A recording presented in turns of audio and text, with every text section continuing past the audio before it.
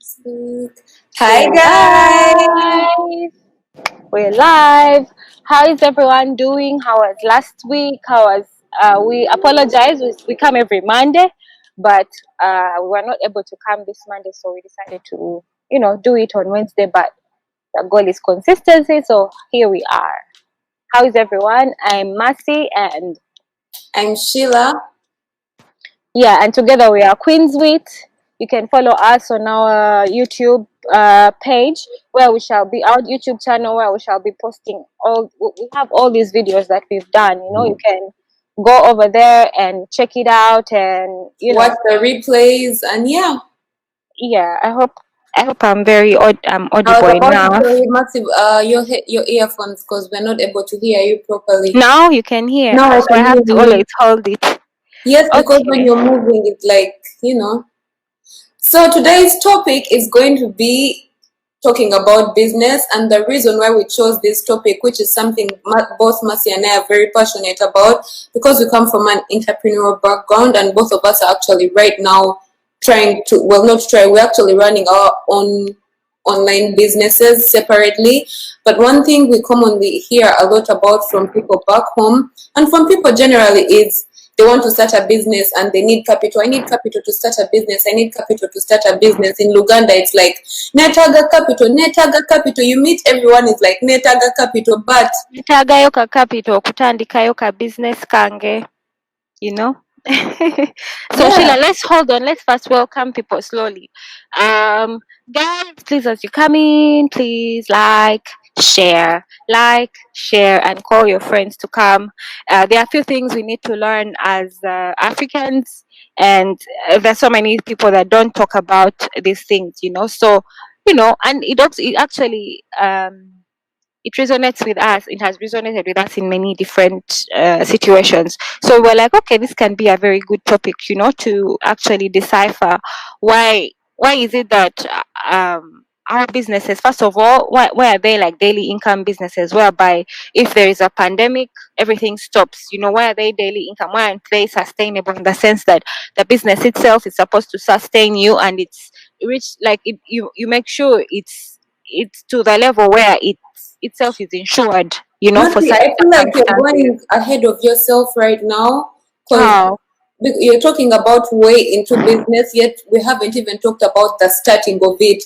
We're talking about the depth of inside the business, yet we haven't talked about how to even start it, because people tend to think that it's one of those things whereby when you just get capital, then you automatically start a No, business. like what I mean is that, like, you don't like the aim for everyone who is an entrepreneur should be that your business is able to sustain you and is supposed to Wow. sustain itself. So whether or not there is a pandemic, you should have that in mind, that the business should be able to run, not as a daily income business, because then that's very risky, because that's 100%. dependent on so many weak, like, uncertain things. So that's what I'm saying. So Sheila, yes, you go on. Okay, so one thing I want to point out before Mercy and I continue, and you'll see this a lot very often in the future, is that Mercy and I we are just starting this whole thing, and we were being so strict with ourselves and don't do this, don't say that, don't do, yeah, you get the point. But you will realize that Mercy and I over jump on each other, and when you see that it's fine, that's how we communicate. Like a lot of people communicate a certain kind of way, but that just goes to show that you can have your own point of view. That doesn't make it right or wrong. Mercy can have her own point of view. Just because it's her point of view, I shouldn't say that it's wrong or right in a certain kind of way. It's her point of view because she understands it a certain way. Now we can move on. So you hear this thing a lot, netaga capital, netaga capital. Even me myself, when I was still in Uganda, I've started so many business. This is the only business I've kept going for 3 years, and I've held on to it whether it has worked or hasn't worked. And I'm going to clap for myself because Clap for those your are wins. win. I've tried Clap for your everything, win. Clap for and your win. starting my business, I've grown up in a business family. Some of you might, also others might not know, but knowing that I felt like I always had to start a business to prove myself in a certain kind of way. But when you start a business in that kind of way where you feel like you need to prove yourself, you kind of don't do things right. And we do go to business school. Yes, they tell us to, they I teach feel us how like to I write can't a bit. see properly or something. I don't know if it's my lighting or Mercy, you're fine. okay. What was I saying? Yeah. So you start a business and you go to school, to business school, and they teach you all these things. That is why actually I'm a very firm believer that it's pointless to go to grad school, like masters, to study business when you have no work experience, business experience. It's stupid. Why are you going to masters? To master what? What are you mastering? Yet you don't even know the basics. I went to school and I did international business, and I started my business in Uganda, the first business I ever started. By the way, I think that business was fairly successful, massive, by the way. Juice Up. The Juice Up business. It was. This business was very successful. I started by doing healthy, fresh smoothies for gyms and Like people like that. you have such a strong like it makes my ear like Oh, that's true. Actually, it's true. I have a strong because I used to have a lisp when I was young, and I had to train myself. Not they, I trained myself. So the S is so because of that. Anyway, and then my next business was what was my next business delivered to you? I'm one of those people that create businesses out of problems that I've had for myself. So the smoothie business started as I was going through a healthy phase in 2015. Then Deliver to You started. I think I left Uganda in 2017. In 2016, Deliver to You started, which was supposed to be a delivery company and all that. But me going to business school and me having a business background family this didn't mean that I knew anything. Because yes, I knew the basics that we're taught in school. Yes, you need some capital. So because you know you need capital, that's the first thing, and that's the first mental thing that blocks you, because we have this mentality that you need money to make money. Yes, you do need money to make money, but you also don't need money to make money, by the way, just so you know. so you're basically saying, okay, like to like slow down a little bit. Okay. The whole essence of this life is because recently a friend of mine told me, hey, I have a business idea and I would like some capital. So my first question was like, do you have a business plan? And then they're like, no, but I already know what I'm going to do. I already know I'm going to sell it here. I already know. But like, you notice that she's saying, you know, just because you sell something, it doesn't make it real. You understand? Like, it's like, oh, have you done the right research? Have you, and why are you creating this business? First of all, that's the one thing we need to ask ourselves. Because You know, many of us make a business, first of all, maybe because you're copying, second of all, because you just want to be busy, but you don't have a end goal motive. What's the motive? The motive is always the most important for the business to succeed, and that's the difference with us Africans and these Europeans. And after being here, I can recognize the differences, and I can be like, oh man, like we have it so wrong because we have a like how people say no pain, no gain. And it's easy for them to say it. But then when it comes to actually doing it, like we are very good. It's the same thing you are saying, like going to school to do masters, to do masters and yeah, you have all this. mastering business. What business are you mastering? But then you notice that people like our fathers were able to, master the real local way, the real human to human, like whatever, like how to make business and maintain business. What is your goal? Is it because you want to sell something? What is your goal, the end goal? Is it something you want your family to always like rely on? Are you creating a legacy using this business? What is the end goal? Are you helping people? Are you helping yourself? What is the end goal? You can't just say I want to sell clothes. That was my mistake too.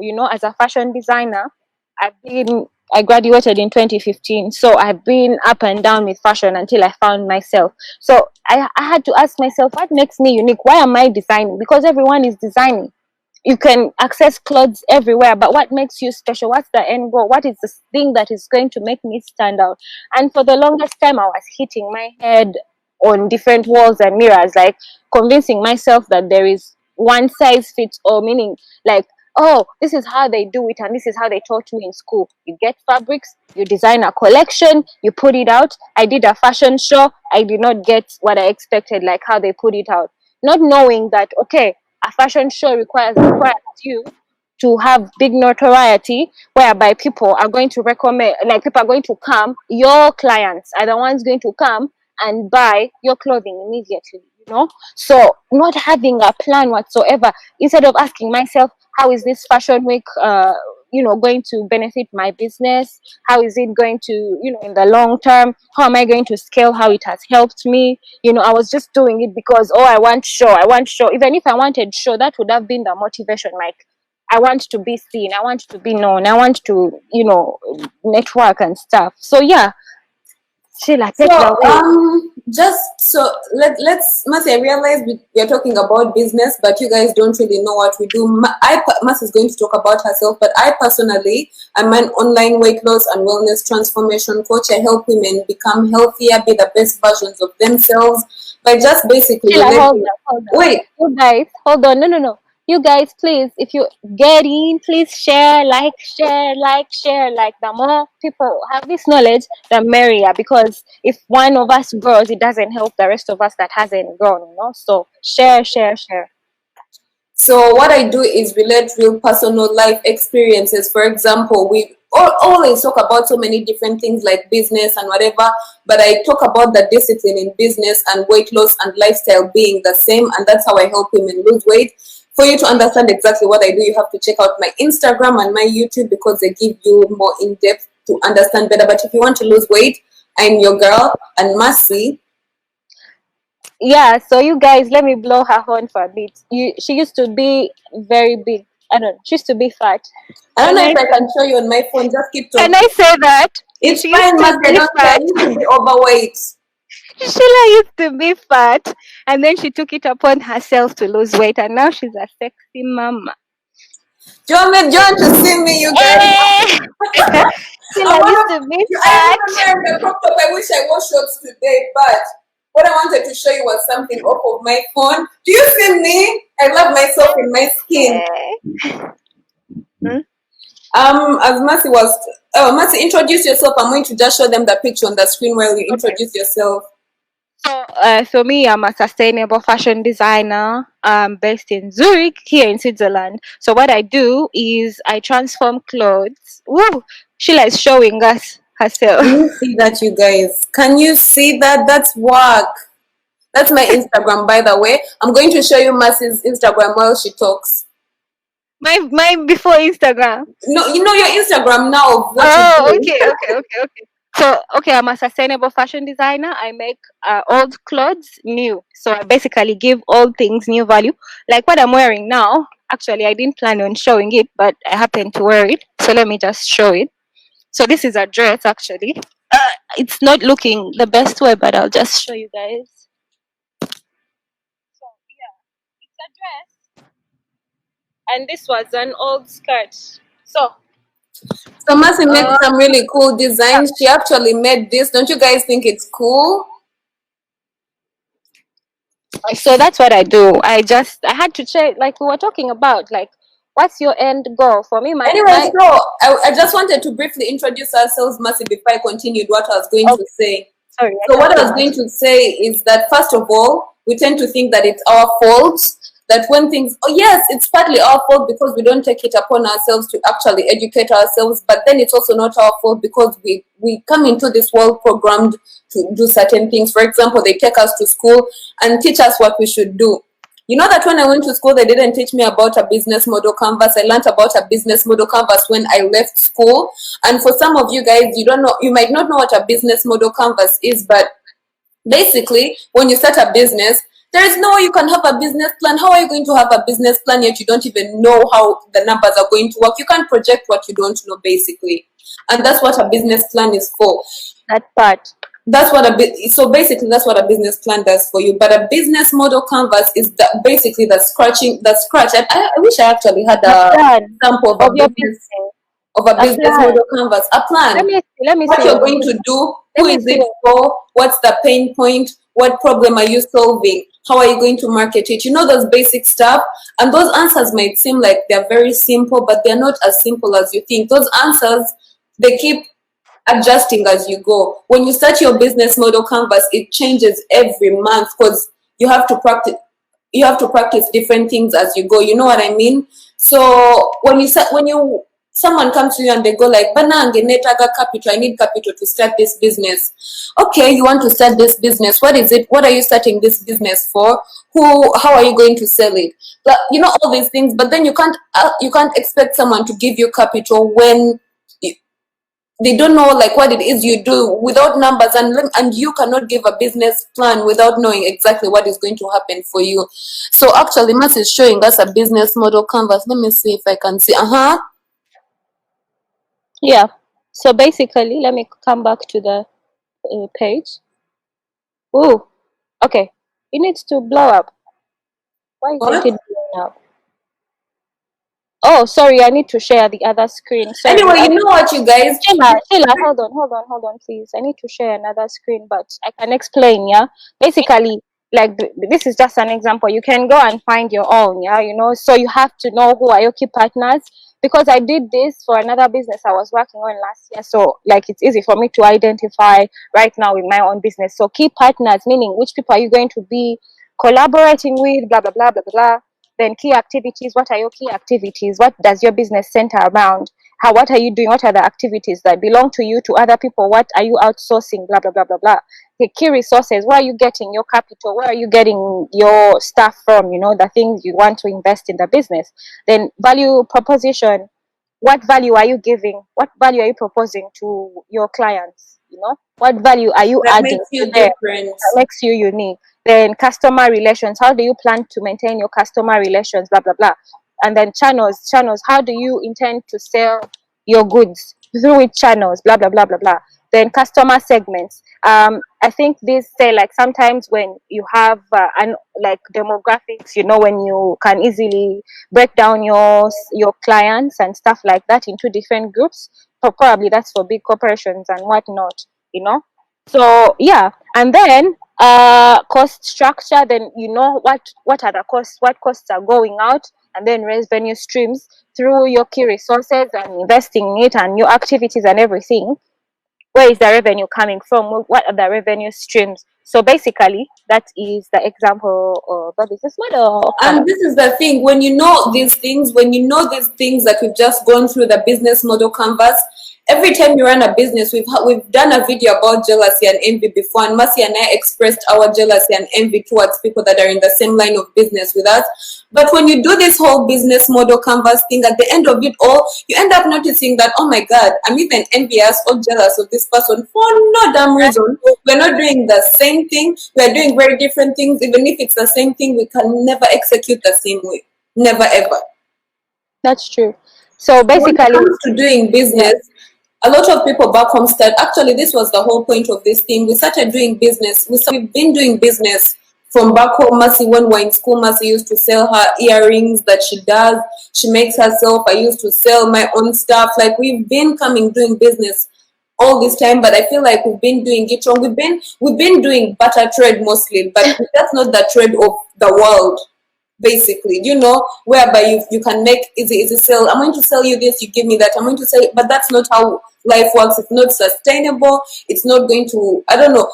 And let me tell Sheila, you, you know, listen, the most important thing people, in fact, because I usually think of brilliant things and then after their life, I forget them. The most important thing people need to understand about African businesses that we become Matthew, so, your not volume business, sound. sorry, the thing we need to understand about African businesses, and like, you know, when they say when you keep on making the same mistake, it becomes insanity, you know, without even you realizing where is my mistake and you improving. One thing I've realized is that these guys here, they will start up a company because they see it exists 100 years later. They will not. It's not like a selfish deal whereby, you know, where some people are just like, oh well, it's just for me, you know, it's just for the time being, because you're thinking here. And that's the problem with us. We are not patient enough. We are not patient enough to see something grow. We are not patient enough to understand that you're not going to like with experiences, when you get knowledge, you're not going to immediately know how you're going to navigate your business. You have to give it time to grow. You have to water it like a plant. You have to nourish it and then give it time to grow. For us, we want get rich quick things. That's why you open up a business and you get profit immediately. You get excited, you start spending the profit, and then the business closes. Mercy, I'm going to put you on pause there. There is something about the way we run our lives that I noticed the other day. Because I told you I'm a transformation coach, there are things that repeat themselves. What Mercy just said is the same thing that people that are trying to lose weight do. And you notice they don't do it in only one aspect of life.